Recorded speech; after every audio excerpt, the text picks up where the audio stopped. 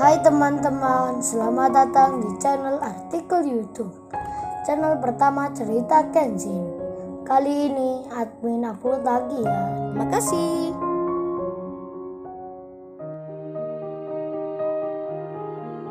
Kisah pemuda kaya, anak bos besar, pemilik 73 perusahaan, yang menjadi cleaning service. Episode 269. Angelika, yang masih merasa deg-degan, tiba-tiba ditanya temannya. Untuk kedua kalinya, "Hei Angel, cowok barumu ini, namanya siapa ya? Aku sapa sekalian, kan mumpung aku di sini." Angelika menjawabnya, Vina, itu bukan cowokku Vina. Tapi sekedar kenal aja." Vina temannya menjawab, "Masa si Angel bukan cowok lu? Kok sekedar kenal aja, tapi lu pinjemin mobilmu? Aneh juga nih lu." Lalu temannya bertanya lagi, "Terus namanya siapa ya, kalau boleh tahu?" Angelika menjawabnya, "Oh itu Vina, namanya Kenshin." Di saat yang demikian, Angelika kebetulan pula, ia membaca surat mobilnya Kenshin yang ada di mejanya. Angelika membaca nama lengkapnya, dan juga tanggal lahirnya, dan tentu saja alamat rumah. Yang kemarin tak sengaja, ia datangi bersama Denny, sang manajer restoran. Angelika pun tak menyangka, pria yang dikiranya cleaning service kemarin yang dibenci dan dimarahinya, ternyata menjelma menjadi tuan muda, anak pemilik perusahaan, dan di tangannya saat ini, dipegangnya surat mobil mewah. Angelika pun merasa, pertama kalinya ini, ia melihat yang seperti ini. Di lain tempat, di kamar rawatnya Ririn, petugas yang mengirim makanan, menyampaikan pesan dari Kenshin. Petugas itu masuk ke kamar, kemudian bilang, "Permisi Bu, ini dari masnya yang satunya." Masnya tadi bicara, masih ada keperluan di luar. Petugas itu lalu memberikan bingkisan yang berisi nasi dan roti, serta pula minuman. Iwan pun bertanya di hati, kemana Kenshin ini ya? Ada perlu apa emangnya? Di sela itu ia malah ditanya Ririn, "Oh ya Mas Iwan, Kenshin kemana ya? Kok dari tadi belum ke sini?" Iwan rada bingung menjawabnya, karena ia sendiri pun juga bertanya. Namun Iwan segera berkata, sampai-sampai lupa, ia kelepasan bicara. Iwan tak sengaja bilang, "Oh itu Mbak Ririn, barangkali Kenshin lagi teleponan sama Mbak Kaori." "Jadi ya gitu deh Mbak Ririn. Biasa lama bicaranya." Waduh gawat-gawat, Iwan benar-benar lupa berkata seperti itu. Hingga Ririn pun bertanya, "Maksudnya apa ya Mas Iwan? Kenshin sama Mbak Kaori, apa Mbak Kaori tahu ya kalau saya di sini?" Mendapat tanya tersebut, Iwan langsung tersadar. Ia kemudian bilang, "Oh itu Mbak Ririn, maaf aku tadi kelepasan bicara. Soalnya udah terbiasa bercanda sama Kenshin, jadi langsung bilang seperti itu. Nggak ada maksud lain kok Mbak Ririn." Atau emang benar, Kenshin memberitahu juga ke Mbak Kaori kalau Mbak Ririn ini lagi di rumah sakit. Ririn yang mendengar penjelasan Iwan, ia pun merasa aneh. Namun demikian, Ririn tak bertanya lagi tentang hal itu. Lalu terdengar ibunya Ririn bicara, "Ayo Mas Iwan, ini dimakan dulu ya. Kasian kan yang membelikan. Kamu juga Rin makan ya.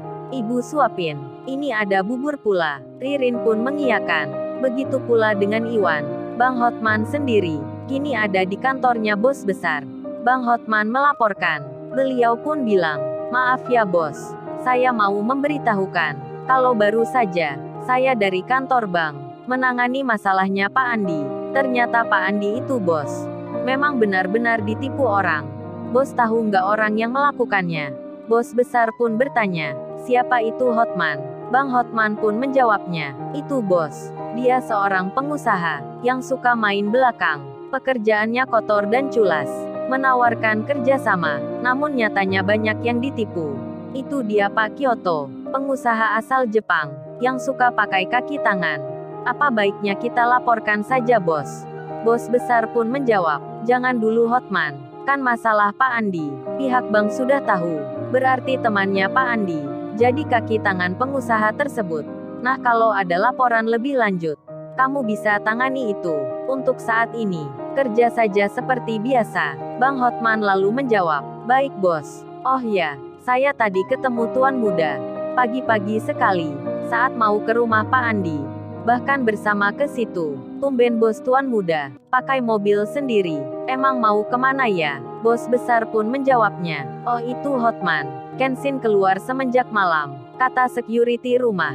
Temannya lagi sakit, butuh bantuan Kenshin. Bang Hotman menyahut. Oh jadi gitu ceritanya. Baiklah bos, saya permisi dulu. Bang Hotman pun lalu meninggalkan tempat itu. Sementara Sirena Larrazati yang tak sabar menanti bertemu Kenshin lagi, yang rencana akan ke sini. Sirena pun kini melihat laptopnya. Dibukalah cerita yang dulu pernah didengarnya. Setelah melihat itu, Sirena pun berkata sendiri, lama sudah rasanya aku tak menonton ini. Di tengah itu Yudis menelpon.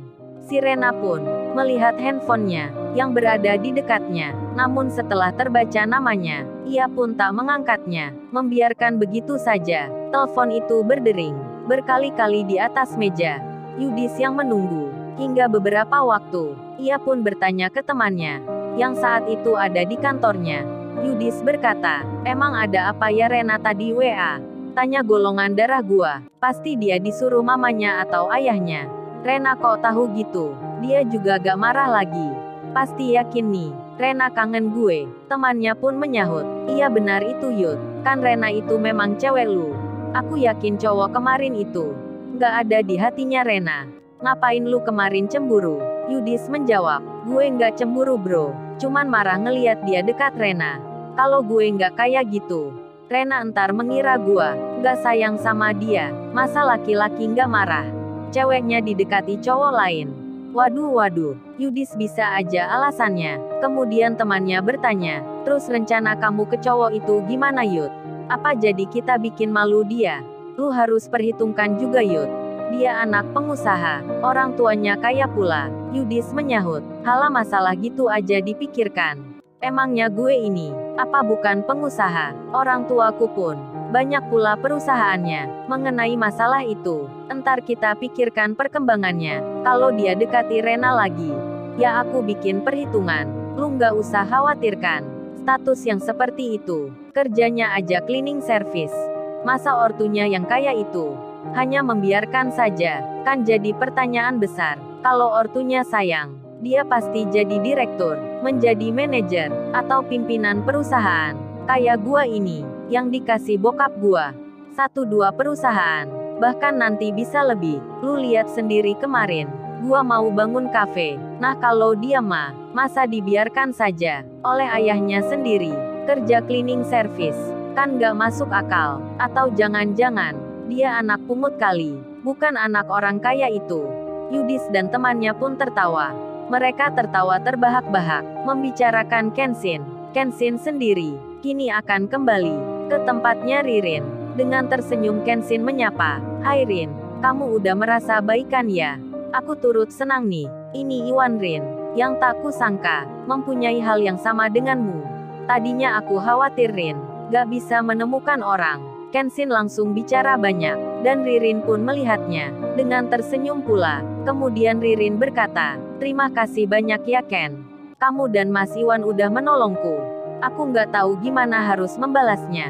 Kenshin menjawabnya, kamu bicara apa Rin? Udah jangan berpikir kayak gitu. Coba tanya Iwan aja. Wan, apa kamu mau balasan Wan? Iwan menyahut, sumpah 1000 kali bro, aku nggak mengharap hal itu. Kenshin menyahutnya, itu kan Rin kamu dengar sendiri. Jadi kita emang suka membantu kamu, ataupun orang lain, tanpa mengharap pamrih, ataupun mengharap balasan. Ririn pun mendengarnya, ia pun tersenyum, wajahnya nampak senang. Kemudian ia bicara, Ririn bertanya, oh ya Ken, Mbak Kauri kok nggak diajak sekalian masuk ke sini ya, kan kasihan kalau di luar. Kenshin terkejut mendengar pertanyaan itu. Di saat yang sama, Kauri yang di tempat kerjanya, ia mendapat kabar dari staf perusahaan. Kauri membaca pesan yang ada di WhatsApp-nya.